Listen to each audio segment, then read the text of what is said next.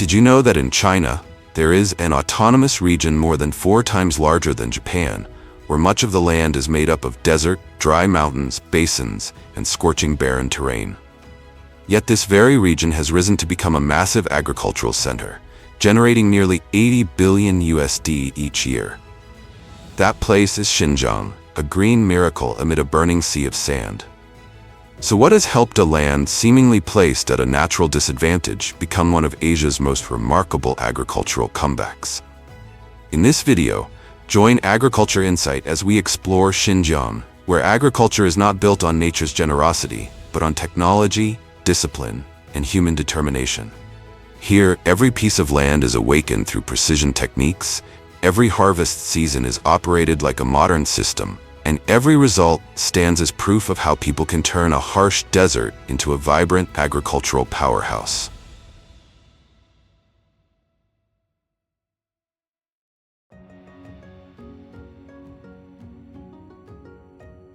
When people think of wheat, they often picture the fertile plains of the United States, Canada, or Ukraine. But in Xinjiang, the story begins right on the edge of the Taklamakan Desert, which covers more than 300,000 square kilometers, where intense sunlight and extreme temperature swings are not just challenges, but part of the secret behind a wheat industry worth about 1.3 billion USD each year. Every June, when Xinjiang's wheat fields all turn golden, one of the largest mechanized harvesting campaigns in Western China officially begins. From early morning, fleets of combine harvesters advance in formation across the bright golden wheat fields.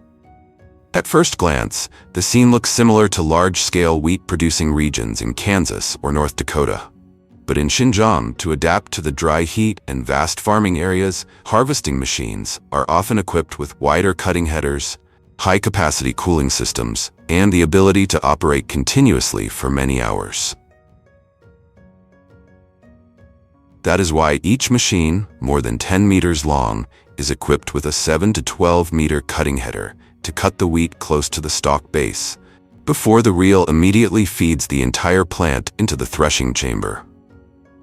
Right after that, a high-speed threshing drum separates the grain from the straw. The vibrating sieve keeps the heavier kernels, while the fan blows away dust and impurities. When the grain tank is full, the unloading auger opens and transfers the clean wheat into a truck running alongside the harvester. As a result, cutting, threshing, cleaning, and unloading all happen in one continuous flow, turning the entire field into a giant harvesting line operating in the middle of a golden sea of wheat. But harvesting the wheat grains alone is not enough. The dry straw left behind in the field also needs to be collected to prepare the land for the next crop. In the past, this step required a lot of labor and time, but today, everything has become much easier thanks to straw collecting machines that can gather, compress, and press the straw into square bales right in the field. This not only saves time and reduces manual labor, but also makes the straw easier to transport, easier to store, and ready to be reused in livestock farming. Returning to wheat, after the harvest is complete, trucks loaded with wheat are immediately sent to weighing stations to determine the yield before unloading into receiving pits. From there, conveyor belts continuously move the stream of golden grain into storage facilities, where it is further classified according to preservation standards. From that point, this gluten-rich grain enters the milling plant and becomes strong, elastic wheat flour, the key ingredient behind Xinjiang's hand-pulled noodles, known for their long, soft strands, ability to absorb sauce, and distinctly springy texture.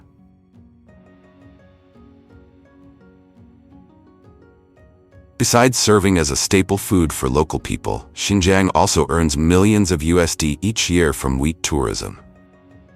As the golden fields during harvest season become a major attraction, generating revenue from sightseeing, accommodation, and rural services.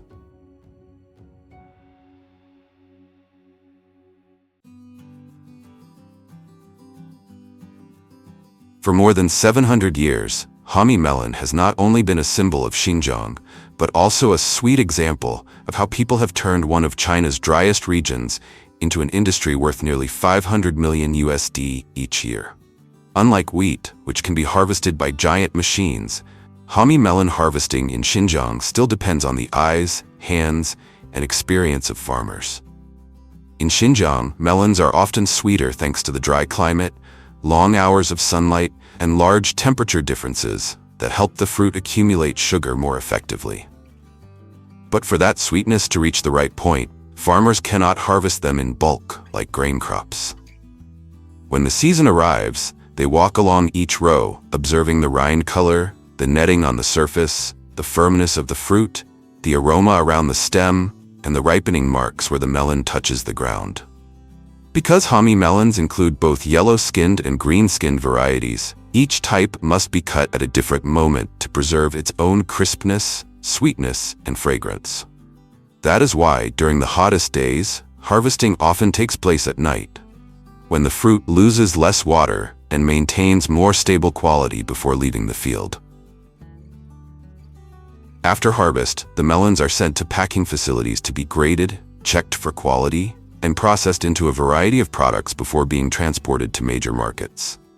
If Japan's Yubari King melon is famous for its luxury price, then Hami melon is Xinjiang's pride for the masses. Deeply sweet, produced on a large scale, and powerful enough to carry the flavor of the desert across China.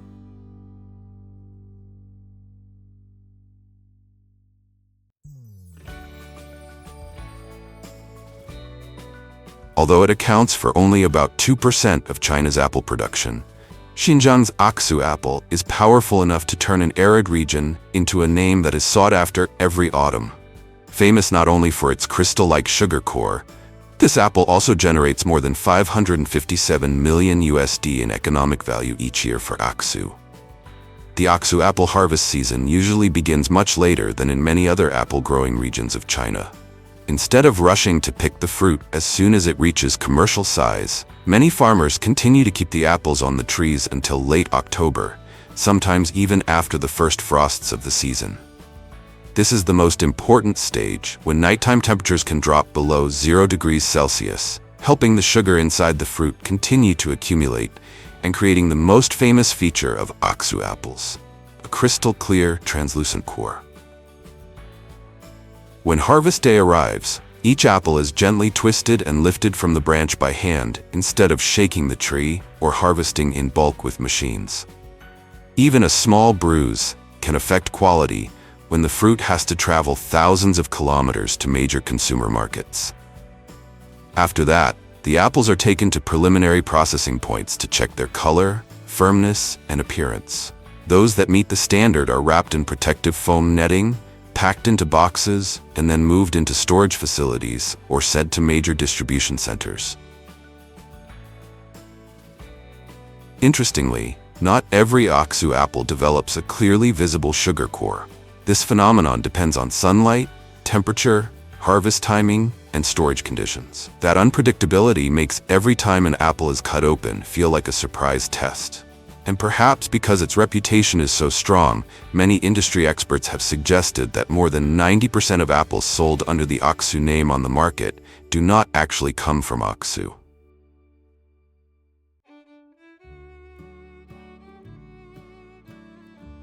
In many parts of the world, raisins are a story of drying ovens, electricity, and modern industrial processing lines. But in Turpan, Xinjiang, farmers are turning the desert's dry, hot climate itself into a giant natural drying factory, generating more than 1.4 billion USD for the local area each year.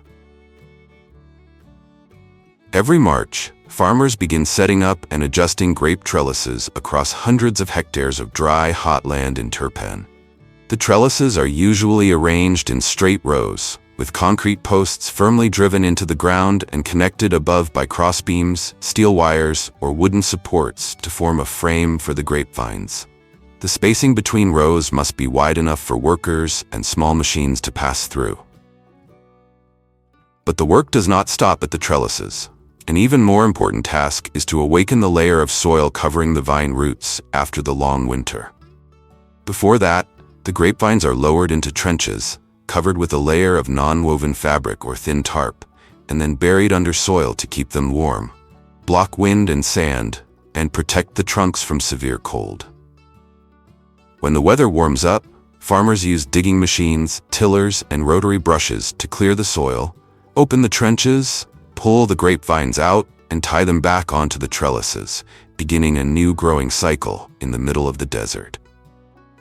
From around August to September, Turpan's grape growing areas enter their most important stage, harvest. To make raisins, growers do not choose the best bunches for fresh eating, but instead select the bunches that have reached the right condition for drying. Sweet enough, firm enough, and still containing just the right amount of moisture so they do not become mushy during the drying process.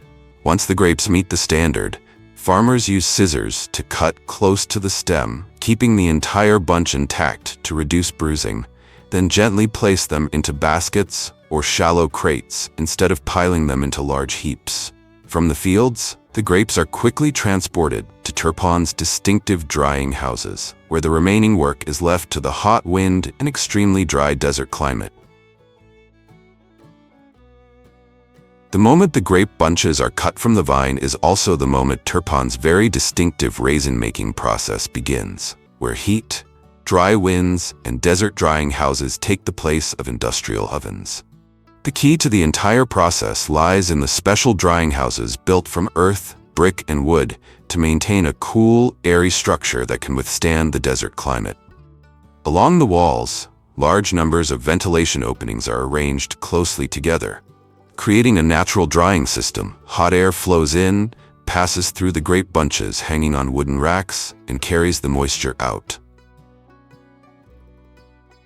Combined with Turpan's summer temperatures, which can rise above 40 degrees Celsius, and its extremely low humidity, the entire structure works like an electricity-free drying factory, where the harsh climate transforms fresh grapes into richly sweet raisins over the course of several weeks. Over the following weeks, the water inside the grapes slowly evaporates, while the flavor and sugar become increasingly concentrated. It takes about 4 kilograms of fresh grapes to produce just 1 kilogram of raisins, meaning most of the original weight disappears during the process. It may sound paradoxical, but in Turpan, that is exactly what creates the value. When completed, the final product is not only sweeter and richer, but also carries a distinctive flavor that many people believe is very difficult to recreate through industrial methods. Perhaps that is why, after more than a millennium, the technique of drying grapes with desert wind continues to survive and develop in a world increasingly dependent on machines.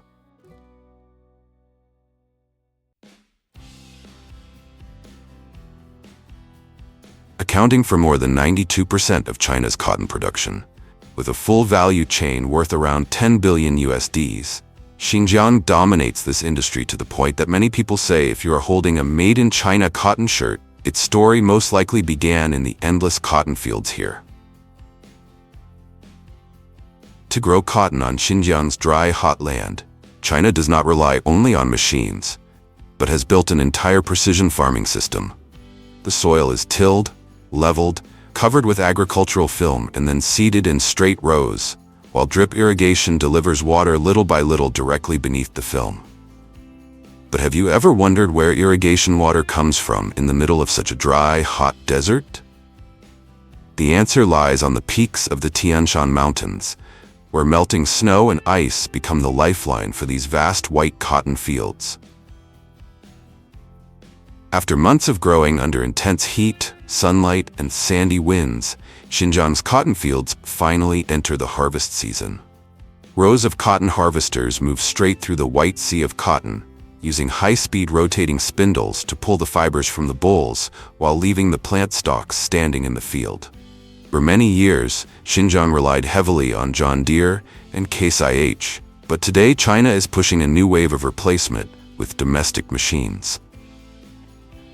Through production support, purchase subsidies, and investment in smart agricultural technology, Chinese brands such as Boshiren, Wodi, and Zhongnongji are gradually becoming the main force across Xinjiang's cotton fields. Right after the cotton fibers leave the bolls, a powerful airflow sucks them into the machine's internal cleaning system, where dry leaves, sand dust, and other light impurities are continuously separated. When the storage chamber is full, the cotton no longer has to be dumped loosely onto the ground as before, but is compressed directly into massive modules weighing several tons, ready to be loaded onto trailers and transported to the cotton gin. After leaving the fields, Xinjiang cotton is transported to ginning factories, where these mountains of cotton are cleaned, separated from their seeds, pressed into white fiber bales, and then sent on for spinning, entering one of the largest and most valuable textile supply chains in the world.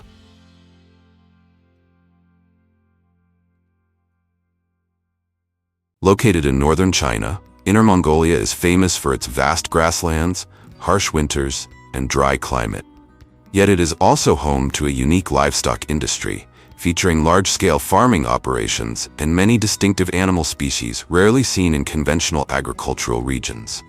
One notable example is the ostrich. In this region, Bayanur alone is home to more than 7,000 African ostriches raised under semi-free-range farming systems on large, dry, open lands, accounting for nearly 25% of China's total ostrich population. While many conventional poultry species struggle to adapt to Inner Mongolia's dry, cold environment and wide temperature fluctuations, these giant birds thrive in dry, well-ventilated conditions with plenty of space to move around. As a result, they have become a high-value specialty livestock species, generating millions of dollars in revenue from meat, eggs, feathers, and especially ostrich leather used in premium leather products. The breeding season for ostriches in Inner Mongolia usually begins in spring and lasts until the end of summer, when temperatures range from 20 to 35 degrees Celsius. On farms, one male is usually paired with 2 to 4 females to optimize the fertilization rate. When the breeding season begins, the male starts performing its distinctive courtship dance, spreading its wings, which can span nearly 2 meters, shaking its head, and turning its body repeatedly to attract a mate. Female ostriches usually reach reproductive maturity at 2 to 3 years of age, while males need around 3 to 4 years. With proper care, a female can maintain stable egg-laying ability for more than 20 years. After successful mating, egg formation begins. This is the stage that determines the productivity of the entire farm, as each healthy female can produce dozens of eggs in a single breeding season.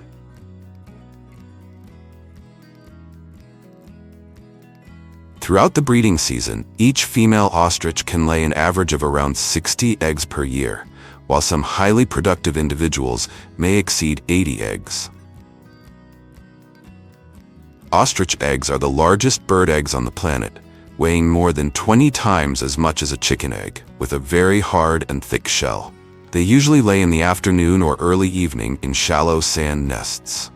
Farmers collect the eggs within a few hours after laying to reduce the risk of cracking, contamination, or trampling. However, many female ostriches do not lay properly in the nest, but drop their eggs directly onto the farming ground while moving.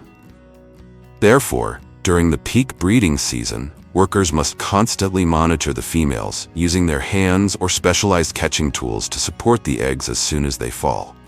This significantly reduces egg losses, as each ostrich egg is valuable not only for hatching, but also as a high-priced commercial product.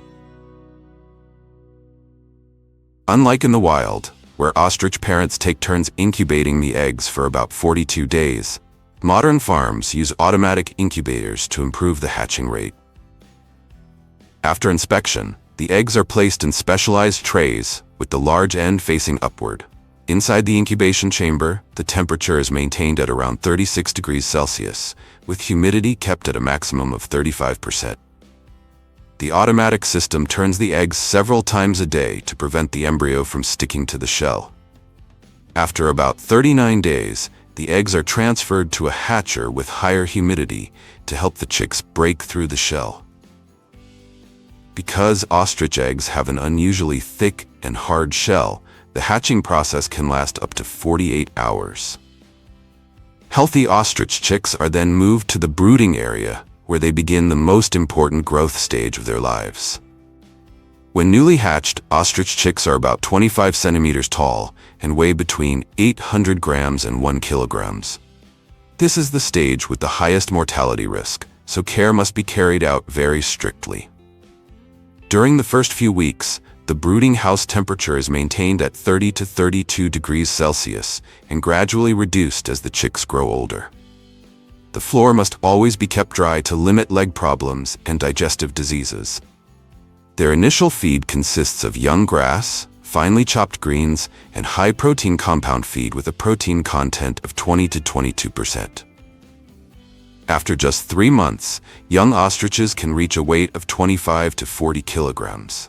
By 6 months of age, many individuals weigh over 60 kilograms and begin transitioning to commercial farming.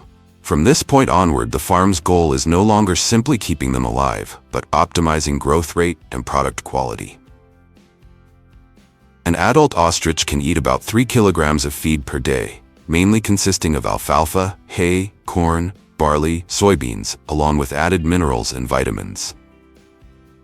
Under optimal farming conditions, ostriches can reach a weight of 100 to 150 kilograms after 12 to 14 months. Once they reach commercial size, they become a source of low-fat red meat, premium leather, decorative feathers, and commercial eggs, bringing significant economic value to farms in Inner Mongolia and many other regions of China. At some tourist farms in China, ostrich riding has become a curiosity-driven attraction for visitors, costing around 5 to 10 USDs for a short ride. However, it is not necessarily a comfortable experience for first-time riders, as an ostrich can stand over 2 meters tall, weigh more than 100 kilograms, and run extremely fast when startled. Ostrich meat is also one of the unusual delicacies that visitors to Inner Mongolia may encounter in local restaurants.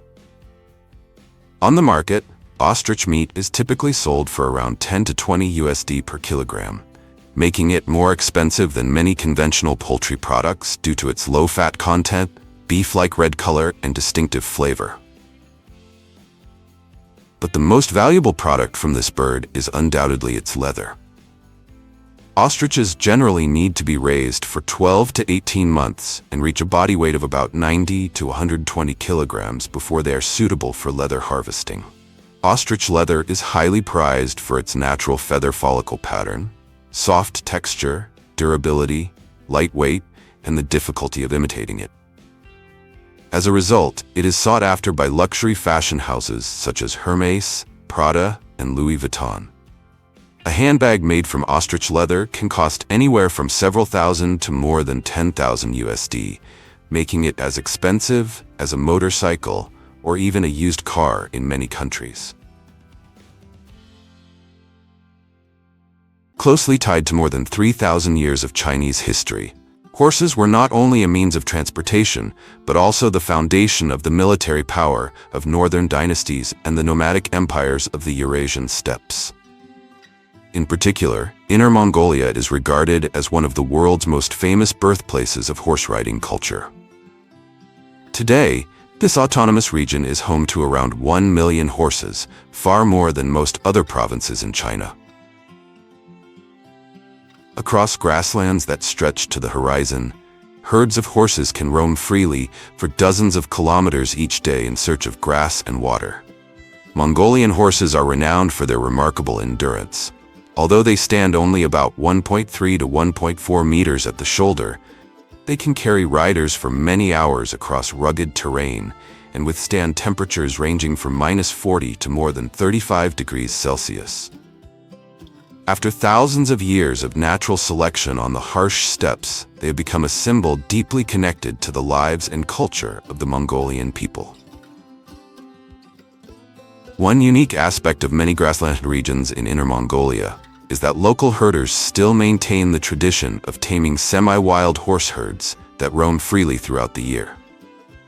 Each year, in late spring and early summer, horsemen gather the herds, select young and healthy individuals, and bring them in for training. Compared with horses raised in stables, those that grow up on the open steppes typically have greater endurance and faster reflexes, but they are also much harder to control. An adult horse can weigh between 300 and 400 kilograms, and its kick is powerful enough to cause serious injury if a trainer loses concentration. For this reason, the work is usually carried out only by highly experienced horse handlers. After several weeks of becoming accustomed to bridles, saddles, and riders, successfully trained horses become valuable breeding stock and working animals on the grasslands. Mongolian horses can breed throughout the year, but the peak mating season usually occurs from late spring to midsummer, when food is most abundant on the grasslands. A mature stallion can manage a herd of 10 to 20 mares during the breeding season. At this time, stallions often become more aggressive, constantly patrolling their territory, driving away rivals, and protecting their mares. After successful mating, a mare carries her foal for about 11 months before giving birth. Most births occur naturally and require little human intervention. A newborn foal typically weighs between 25 and 40 kilograms and can stand within just 1 to 2 hours after birth. Only a few days later, it is already able to run alongside the herd across the vast grasslands. For the Mongolian people, horses are not only livestock but also part of their cultural identity. Every year, many traditional festivals are held across the grasslands, the most famous of which are long-distance horse races stretching from 10 to more than 30 kilometers. Unlike modern racetracks, the courses here have almost no barriers, only endless grasslands where hundreds of riders compete together.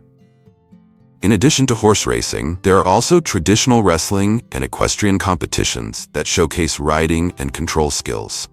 These festivals not only attract tourists, but also help preserve the horse herding tradition that has existed for centuries.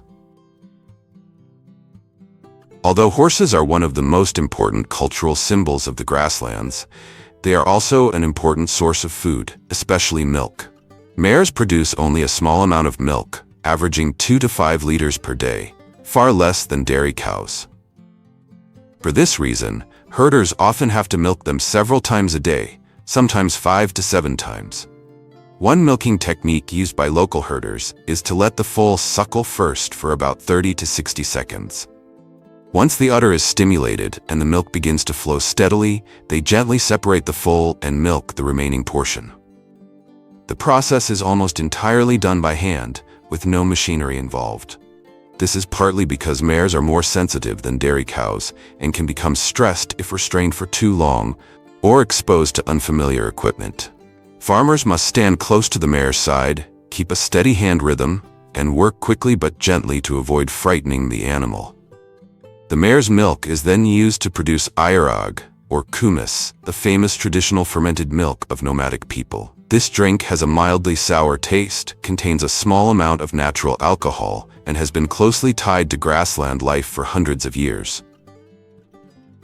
Beyond milk, horse meat is also a long-standing delicacy in many grassland regions of northern China. Here, whenever major festivals, weddings, or community gatherings take place, villagers often slaughter a horse together to serve their guests. Because the horses are naturally grazed across vast grasslands, their meat has a firm texture, low fat content, and rich flavor. It has long been an important part of Mongolian food culture.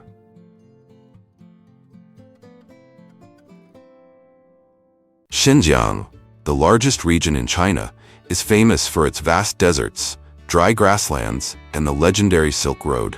It is also home to many unique livestock breeds rarely seen elsewhere, one of the most notable being the Xinjiang fat-tailed sheep. Beyond the economic value they bring to this dry land, what makes them famous is their highly unusual appearance.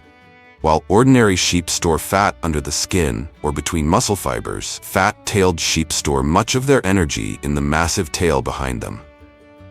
In mature individuals, this tail can weigh from 10 to more than 20 kilograms, looking like a mobile food reserve that helps them survive when food is scarce.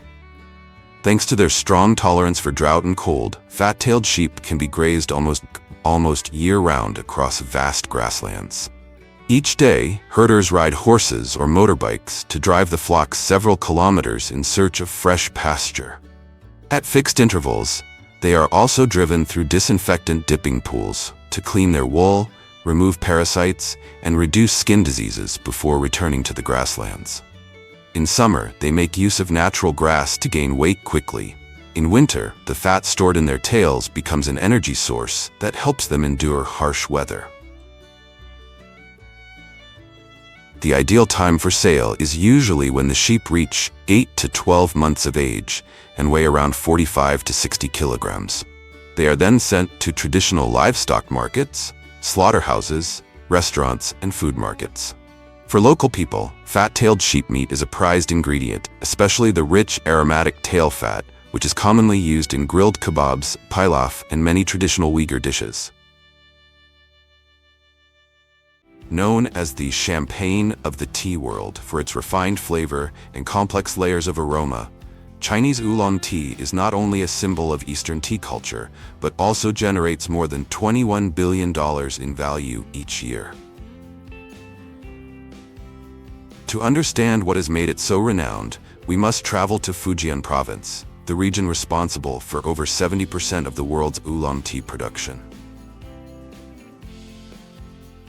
Unlike many crops that can be harvested mechanically, most oolong tea is grown on mountain slopes ranging from 600 to more than 2,000 meters in elevation, where the steep terrain makes it difficult for machinery to operate. As a result, harvesting is still carried out primarily by hand.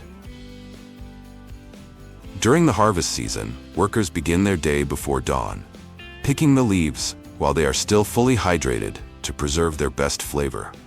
Each tea shoot is carefully plucked by hand at the precise junction between the stem and branch to avoid damaging the leaves.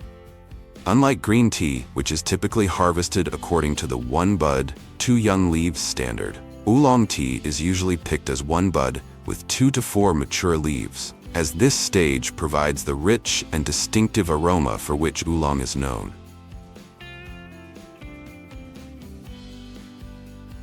After harvesting, the fresh leaves are quickly transported to processing facilities. They are first sun-withered for about 15 to 20 minutes to initiate oxidation, then spread on bamboo trays for 6 to 8 hours, where they are gently turned at regular intervals.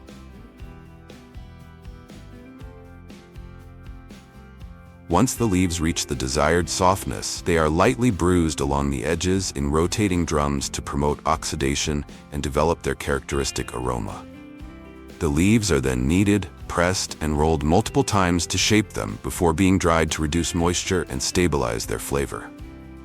Finally, the tea is sorted, packaged, and prepared for market.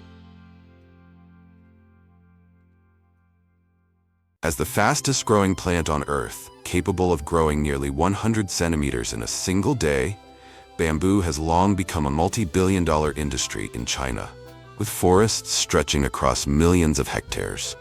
Yet the greatest value of bamboo lies beneath the soil, where young bamboo shoots support an industry worth an $8 billion. To preserve that value, farmers must harvest the shoots at precisely the right time, before the young sprouts have a chance to develop into mature bamboo stalks.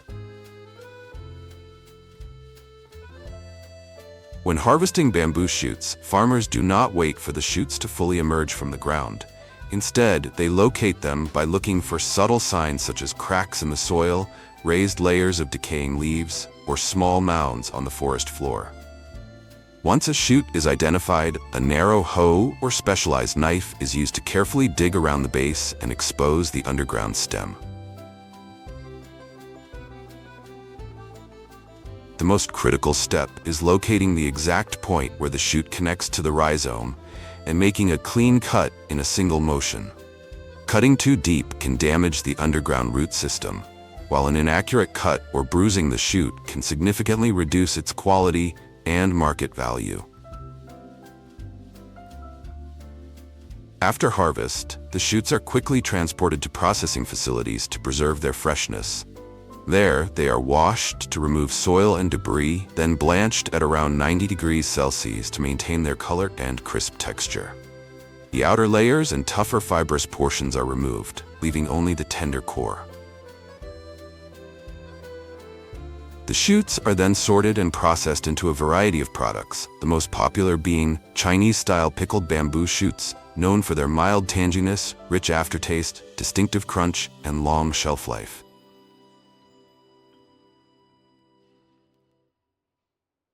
Leaving behind the vast bamboo forests, we now travel to Hubei, where lotus plants are cultivated not for their beauty, but for their crisp, white lotus roots, an essential ingredient in a multi-billion-dollar industry.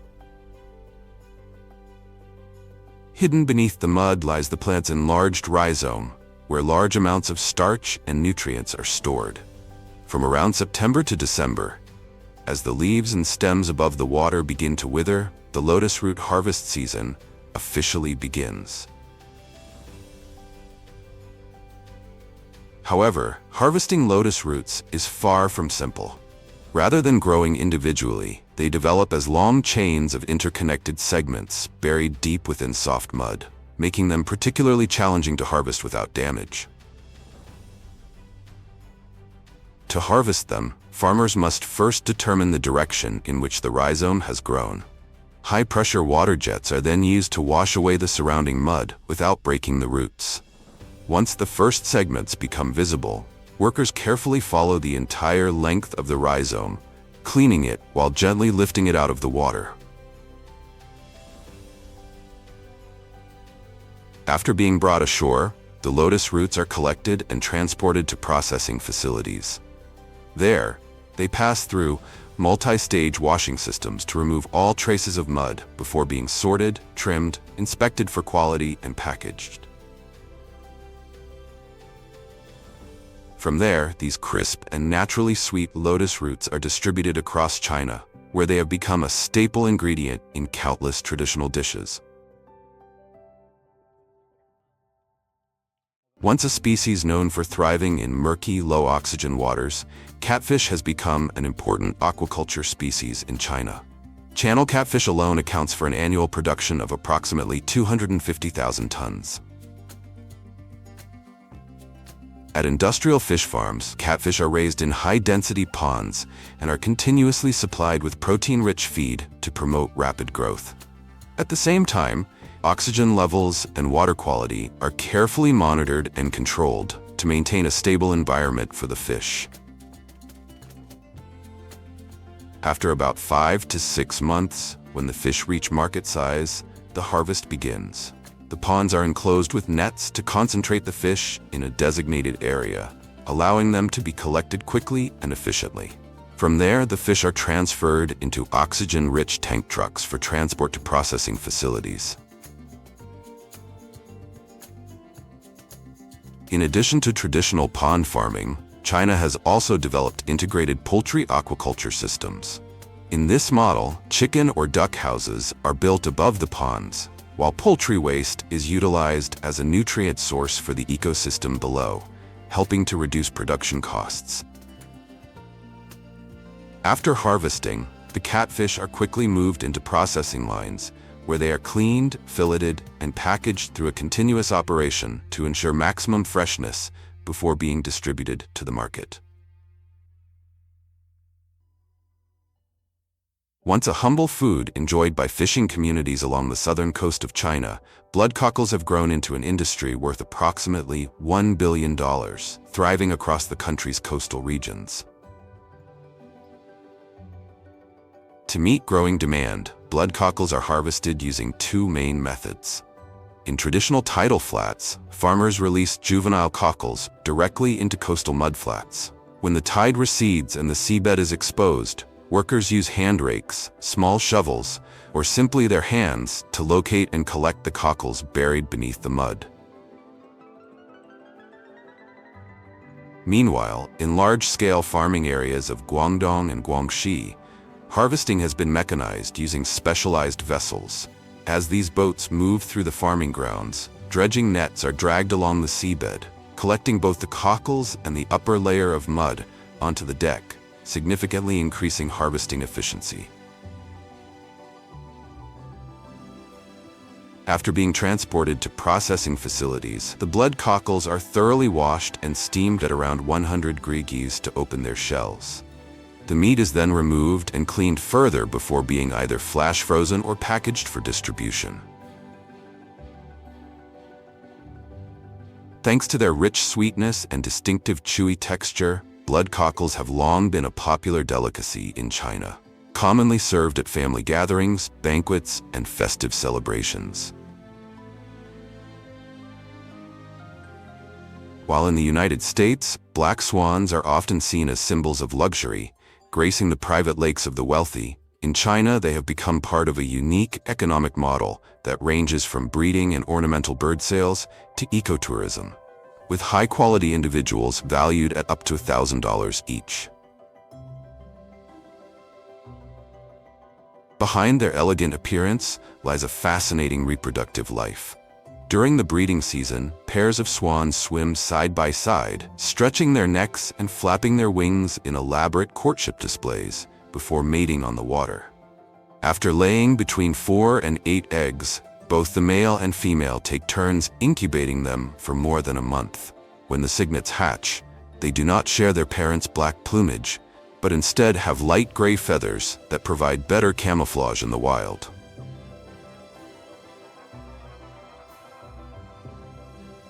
On modern farms, black swans are raised in environments that combine ponds with sheltered resting areas. During the day, they swim, forage, and remain active, while receiving a carefully balanced diet to maintain their health and feather quality. After about 10 to 12 months, most are retained as ornamental birds for parks and ecological attractions, while a small number are used for other commercial purposes. Hidden within the dense forests of China, black wild boars were once truly wild animals that survived purely on instinct. Today, however, they have become an important part of a livestock and culinary industry worth more than $3 billion, appearing everywhere from large-scale farms to high-end dining tables. Few people realize that most black wild boars on the market are no longer genetically pure wild animals. They are the result of generations of crossbreeding between wild boars and domestic pigs, creating a breed that combines the hardiness and adaptability of the wild with the productivity required for modern farming. This crossbreeding has given rise to a unique farming model in which agriculture and nature are closely intertwined. During their first months of life, the piglets are raised on carefully managed nutritional programs. Once they are strong enough, they are released onto hillsides and into forested areas, rather than being confined like conventional industrial pigs.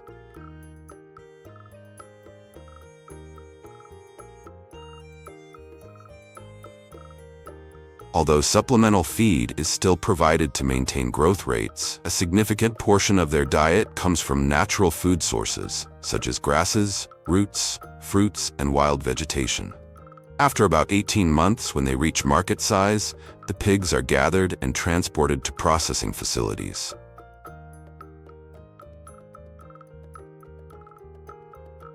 Thanks to their active lifestyle throughout the growing period, black wild boar pork is typically darker in color and firmer in texture than conventionally raised pork.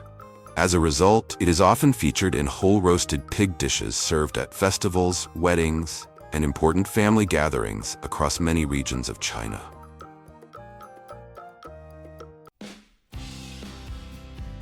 Despite having one of the lowest GDP per capita levels in Asia, India, the world's most populous nation, has outpaced both the United States and China in the race for milk, rice, and spices, transforming its agricultural sector into one of the most resilient pillars of global food security. So how can a country where nearly 65% of the population remains rooted in rural areas, and where average yields per hectare rank relatively low, still feed billions of people and directly influence global food prices? In this video, Agriculture Insight uncovers the strategic cards behind Indian agriculture, a system without flashy mega-industrial complexes and with relatively limited mechanization, yet one that quietly controls key raw material supplies for giants like Starbucks and numerous global F&B chains. Let's dive in. Controlling nearly 40% of global rice trade, India has the power to shake the world food market. Each export ban capable of sending prices soaring and raising meal costs for billions. That influence extends beyond short-cycle rice varieties. Premium basmati, grown in the Himalayan valley, can require up to a year to cultivate.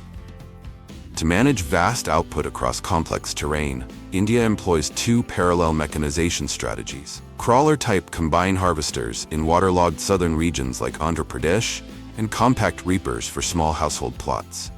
While tracked combines glide over muddy fields to cut, thresh, and clean grain in one pass, small reapers reduce labor by up to 80%, operating efficiently in tight, soft soil conditions.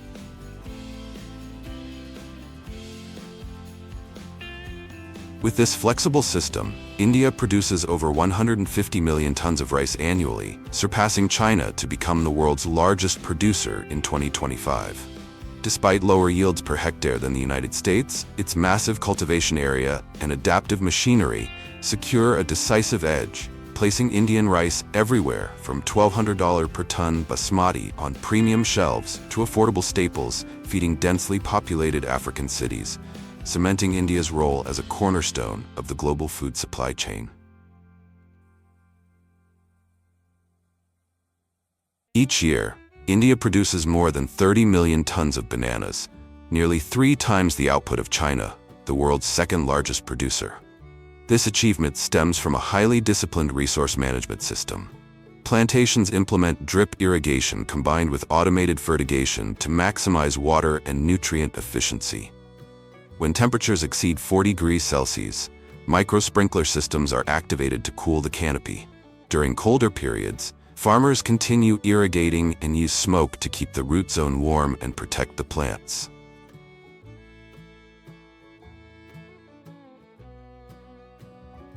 Although harvesting is done manually, it is strictly controlled to prevent damage to the delicate peel. Banana bunches weighing up to 50 kilograms are swiftly transported to collection points, then passed through antifungal washing tanks and cooling processes before labeling, a critical step in preserving freshness throughout global shipping. Composed of 90% water and rich in potassium, chopped banana stems decompose rapidly when incorporated directly into the soil, turning into on-site organic fertilizer that improves soil aeration and moisture retention. This method not only helps farmers cut chemical input costs by around 30%, but also clears fields quickly in preparation for the next crop cycle.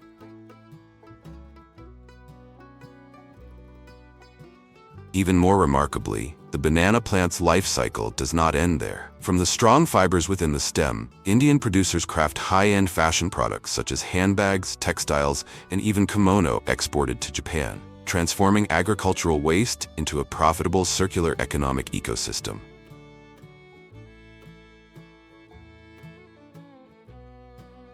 Farewell to dry onion warehouses. We now arrive at the proudest symbol of the Indian summer: mangoes.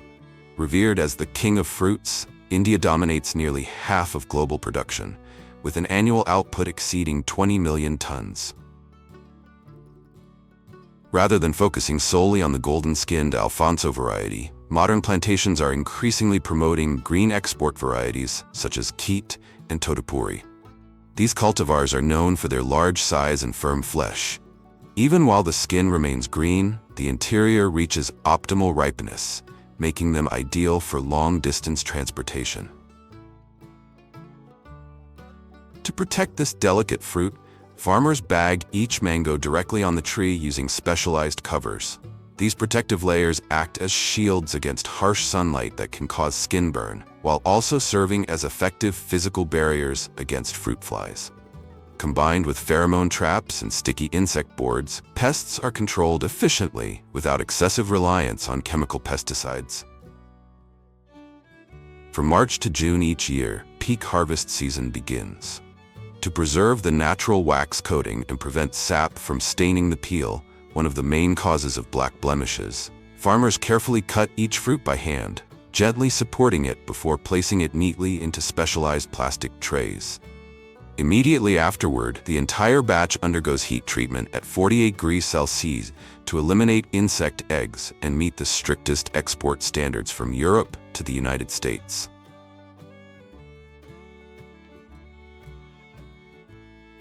This meticulous process turns each mango orchard into a generational asset for Indian farmers. Although labor and maintenance costs are high due to manual care and harvesting, premium-grade mangoes can sell for up to 10 times the price of conventional industrial varieties.